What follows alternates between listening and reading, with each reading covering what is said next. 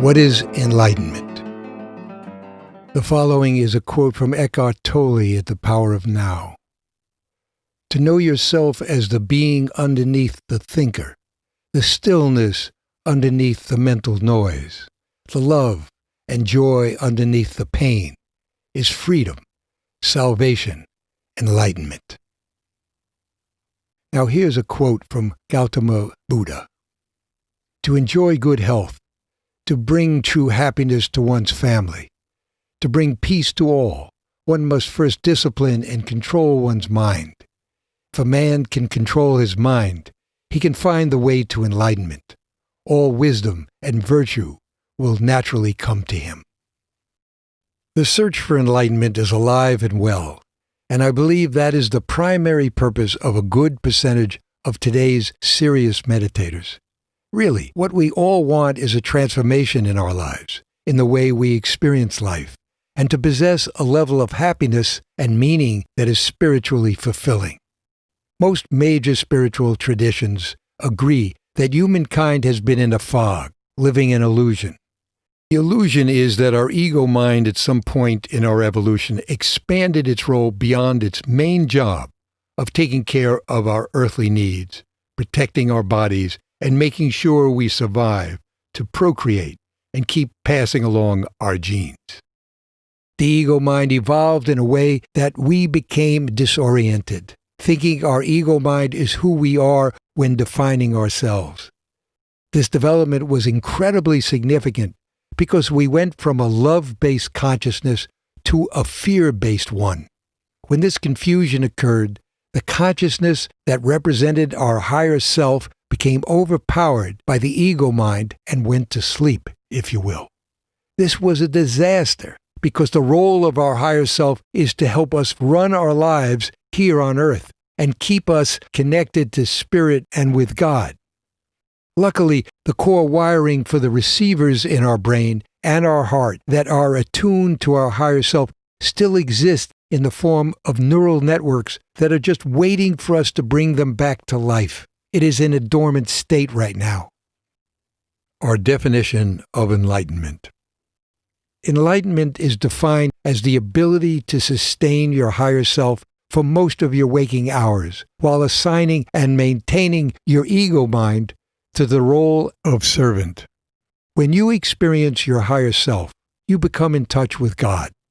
A key part of your spiritual journey is to be able to allow your higher self to emerge and dominate your everyday consciousness.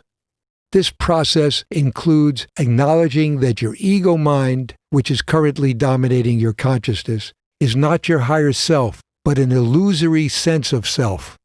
To successfully take on this challenge requires a few skills. Those skills include, number one, quieting the ego mind through the use of a number of tools, including staying fully present. Number two, learning to experience the 5 key spiritual characteristics that comprise your higher self. 3, bringing to life the dormant receiver for your higher self to allow it into your everyday experience. Number 4, learning to connect with God with love. And finally, 5, creating and maintaining a practice of meditation. All of the above require a consistent meditative habit. What do we mean by the ego mind? Before we go any further, I want to clarify the difference between the ego mind and the ego.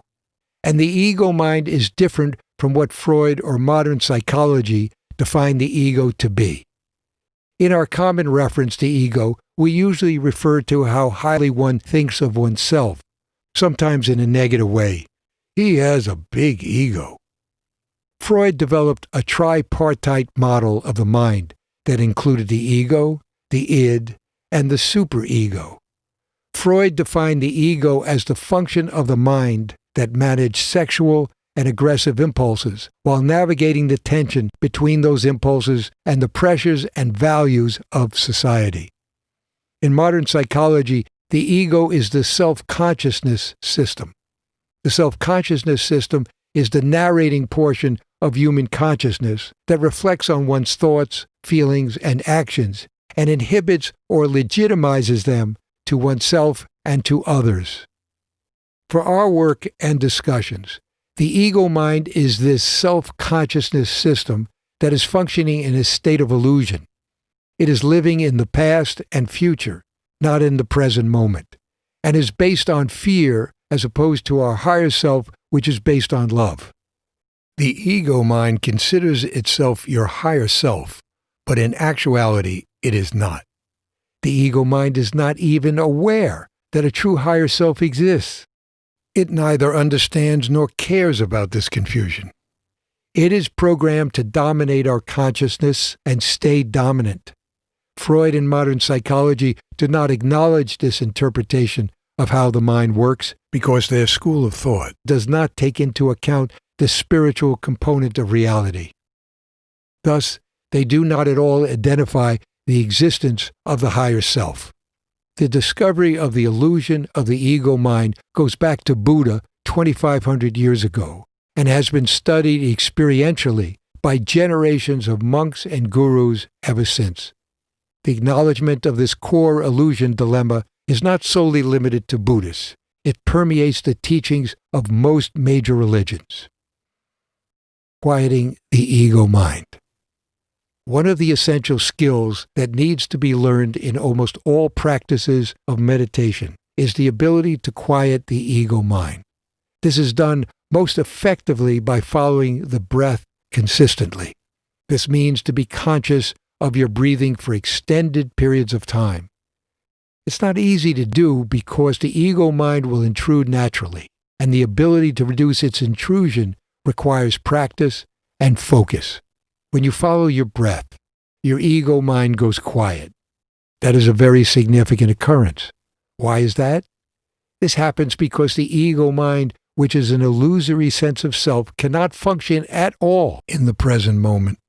To clarify, I do not mean that your ego is not functioning. I mean your ego mind, that part of the ego that has an illusory sense of self, cannot function. The ego mind is a subset of the ego. To be clear, the ego mind can only exist in an illusory world. That illusory world is in the past and/or the future, but not in the here and now. That is why we spend so much time regretting past events and anticipating future ones, because it is the only arena the ego mind can play in. The ego mind's incessant thinking of the past and future is all the ego mind is capable of doing. We're not thinking these things because we feel these thoughts are important. We do it because we are stuck in the past and future. We are forced into an illusory world because of this overall ego mind state of consciousness. Another big question is, why would our mind spend so much time in the past and the future when we have available to us the present moment? The present moment is the only time zone where we can experience our thoughts, emotions, bodily sensations, perceptions, and moods. For what reason would we want to be cut off from, basically, our reality? In order for the ego mind to function, it needs to stay away from reality, the here and now, and it desperately needs to push us away from the present moment to dominate our consciousness. It functions like a separate being. It forcefully directs our awareness to keep us from the present moment. It is also the key reason why people resist meditating, because the ego mind does not want to be found out and made to give up control. Let's go through this a bit systematically so we can get this straight. If you accept the fact that reality only exists within the here and now, then something that cannot function in the here and now must not be real. Correct? So we must conclude that the ego mind's sense of self is an illusion. It does not represent our real selves. If it did, it would not go quiet in the present moment where reality resides. This proof is very straightforward. If this is the first time you're getting this straight, I know it must be mind-blowing. It is almost too crazy to believe that we are all this nuts. People are waking up to this fact, and it may be why meditation is becoming so popular. With humanity in this great state of confusion, our conscious awareness is struggling, and we have our work cut out for us to bring us back to reality. What does enlightenment feel like? The best way I can describe what enlightenment feels like is by mentioning the 5 basic pillars of the higher self. They are love, compassion, joy, inner peace, and intuitive wisdom. If you experience all of these key spiritual characteristics at the same time, you will feel what enlightenment is all about. It feels glorious and makes your whole body vibrate. That is what you learn to do on the journey. I compare it to playing 5 individual notes comprising a beautiful sounding chord. When you play each note one at a time and savor their sounds, you say, "That is so cool." If I then ask you to play all 5 at the same time, and you've never done that before, you might ask, "Is that going to work?" Well, when you do it and the sound of that chord just rings out into the room, you might exclaim, "Wow!" That is what learning to experience enlightenment is all about. Meditation. I invite you to take 3 deep, gentle breaths while placing your awareness on your heart region. As you inhale, make believe your heart is breathing in, and as you exhale, imagine your heart is breathing out. Please do that 3 times.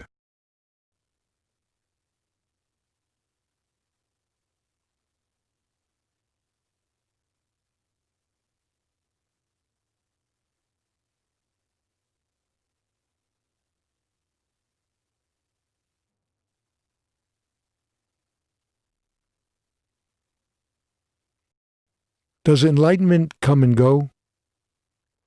One important clarification is that enlightenment is not an altered state that just quickly comes and goes. When you become enlightened, you keep reaching new and higher plateaus as you continually grow through the rest of your life. It is inevitable that there will be times of regression that will be caused by heavy emotional traumas. Life for all of us, no matter what state of mind we're in, is always a process of expansion and contraction. One key truth in life is that nothing stays the same, and enlightenment is not a static experience. It is dynamic. The main difference is that you become rooted within the spiritual realm, while simultaneously being more engaged with the physical world. This is true because when you live life more in the present moment, your sensory experiences become more vibrant and alive. Is that it is a path that you take while being connected to your higher self, traveling from the surface of your consciousness, going down through your subconscious, moving deeper within yourself, going further along until you connect with God. This journey is facilitated by learning and experiencing the key spiritual characteristics of the higher self, which are the same as the ones for enlightenment. Question: why is enlightenment such a rare occurrence? Even though enlightenment has historically been very rare, it is definitely an achievable goal if you have the right strategies and practice. Because it has been so rare, many people feel it is an idealized vision of what a person can achieve and is unattainable. The fact that it is such a rare event can understandably support this view. However, I believe that enlightenment has been so rare because the strategies that were applied in the Eastern wisdom traditions, the place where the attainment of enlightenment is taken most seriously, are so physically and mentally intense, such as physical isolation, discipline, and pain, that many people do not want to commit to this type of extreme sacrifice. However, pain, for example, is not a requirement for emotional and spiritual growth, even though the process of struggle does facilitate moving you along on your journey. The no-self towards enlightenment. The Buddha taught that we do not have a true self, and that part of the process of becoming enlightened is to meditate on having no self.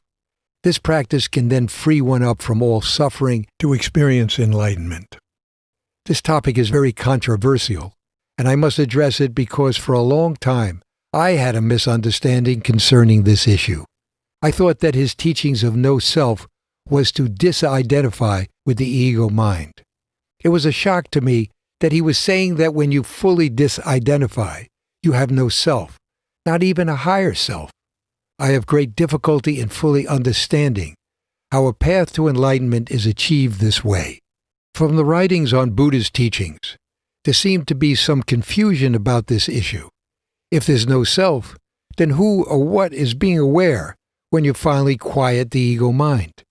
In Robert Wright's book entitled Why Buddhism is True, he has a great section in his chapter 5, questioning the logic of the discourse Buddha had with 5 monks about how to become enlightened by letting go of the sense of self. There's a lot of uncertainty around this particular discourse because the Buddha does not make it very clear that after you let go of self to become free of cravings and aversions, including letting go of your consciousness, what part of you is left to be aware moment to moment so you can function in this world? Wright states, but this landmark argument that the self doesn't exist has one odd feature, an occasional tendency to suggest that the self exists. Near the end of the discourse, delivering the take-home lesson, the Buddha instructs the monks to go through each of the aggregates and say, "This is not mine. This I am not. This is not myself." He says that a monk who follows this guidance unswervingly becomes passion-free. In his freedom from passion, he is emancipated. Okay, fine. But if there's no self, then what is the nature of the he that is liberated after all the things that aren't self have been disowned? Who is doing the disowning? If you don't exist, then how can you say of each aggregate, "This is not mine, this I am not"? If it makes sense to say that there's something you don't possess, and there's something you are not, then there must be a you in the first place, right? How can the Buddha, on the one hand, insist that the self doesn't exist, and on the other hand, keep using terms like I and you and he and she? To be clear, nothing was written down describing Buddha's talks until 200 years after his death, so a lot might be lost in the translation between the time the actual talks were given and the written record. Wright clearly states that the written records of what Buddha believed about the self are unclear, and there are many differing interpretations. Dr. Robert A.V. Thurman, professor of religion at Columbia University and a former Buddhist monk, helped make more sense out of Buddha's no-self statements by remarking that the Buddha said, "We don't exist," to shock us. He meant to say that we don't exist in the way we think we exist. That is what he meant. Our egocentrism is based upon an illusion, a miswiring in the core of our programming, that there was a way of being, a relational being, a pure nexus of relationships totally interconnected with all of beings, not being really different than the universe. That ultimate unity and relational differences are simultaneously present, and that made the Buddha really happy. That is why he's smiling at a lot of his statues. That is all that enlightenment is, being connected, realizing the interconnectedness with all things and all beings viscerally. Realizing that is what enlightenment is. It is not very mysterious. Isn't it simple? I'm going to add one more commentary on this issue of no self, because it is at the heart of Buddhist belief, teaching, and experiences. This is from Tolle's The New Earth. What is spiritual realization? The belief that you are spirit? No, that's a thought.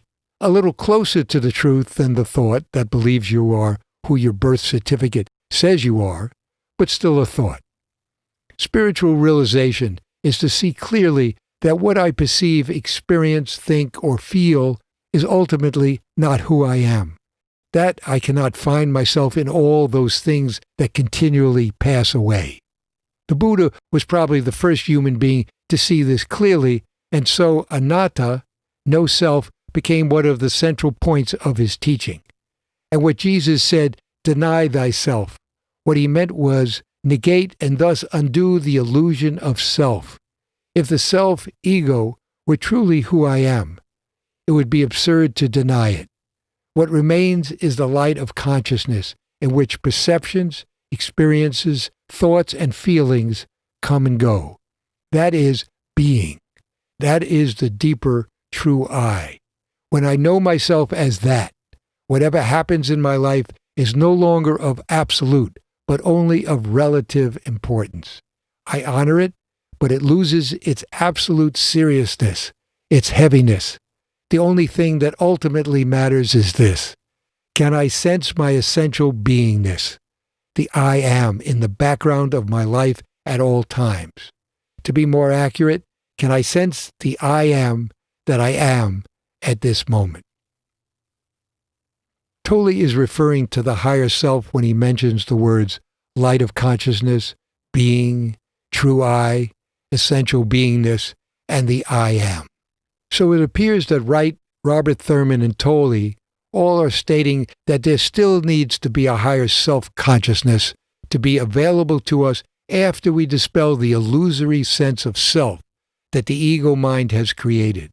This is essential if we're not going to get confused or strive for a complete no self. Meditation. I invite you now to take 3 deep, gentle breaths and observe the cool air going into your nose as you inhale and the warm air going out your nose as you exhale. So let's begin.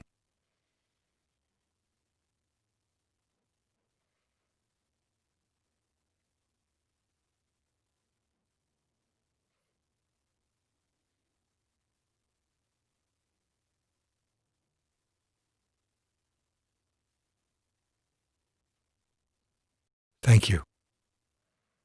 Is our species destined to become enlightened? What is exciting is that we are all on this journey to enlightenment together. Each of us is being pushed along towards an awakening. All of us keep getting spiritual messages and whispers that are trying to give us guidance, and it is our responsibility to start listening. If you're already listening, you might need to listen a little harder, be a bit more conscious. Can enlightenment occur spontaneously? In Chapter 9, I describe my awakening spontaneously occurring without any prior meditation practice, which is proof to me that we all have the receivers in place to experience enlightenment. We need only to motivate ourselves to, as the Nike tagline urged us on, just do it. Creating a real age of enlightenment is no longer beyond hope. It is about actively transforming our consciousness by moving our ground of awareness from fear back to love and changing the world. Enlightenment and ethics. Before we go further, I want to address the question of how an enlightened person behaves. Nobody is perfect. We may be perfect on one level and not on another. Living our lives and learning how to behave is a process of contraction, expansion, growing, making mistakes, and learning from those mistakes. That process is always ongoing. To be enlightened is to be tapped into the same facilities that are available to all of us, but on a higher spiritual level. Many times, enlightened souls are given unrealistic expectations that cannot be realized. The bottom line is that we're all human beings with our strengths and weaknesses. Tapping into our higher self gives us great tools and facilities to live our lives from our hearts with deep love and compassion, but it does not make us perfect. Question: can the experience of enlightenment eliminate the ego? This brings up a very sensitive issue for people, but I believe that an enlightened person is not supernatural. Being connected with the spirit and overcoming the illusion of the ego mind does not mean eliminating the ego. The ego is deeply rooted within the functioning of the brain, well down into the brainstem.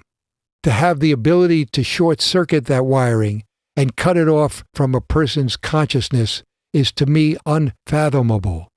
I believe that it's very important for the health and future of our species that the experience of enlightenment is made available and achievable to all people. This is a serious issue. Meditation. I invite you now to take 3 gentle breaths while you breathe in a sense of relaxation and breathe out tension in your body. So let's start now.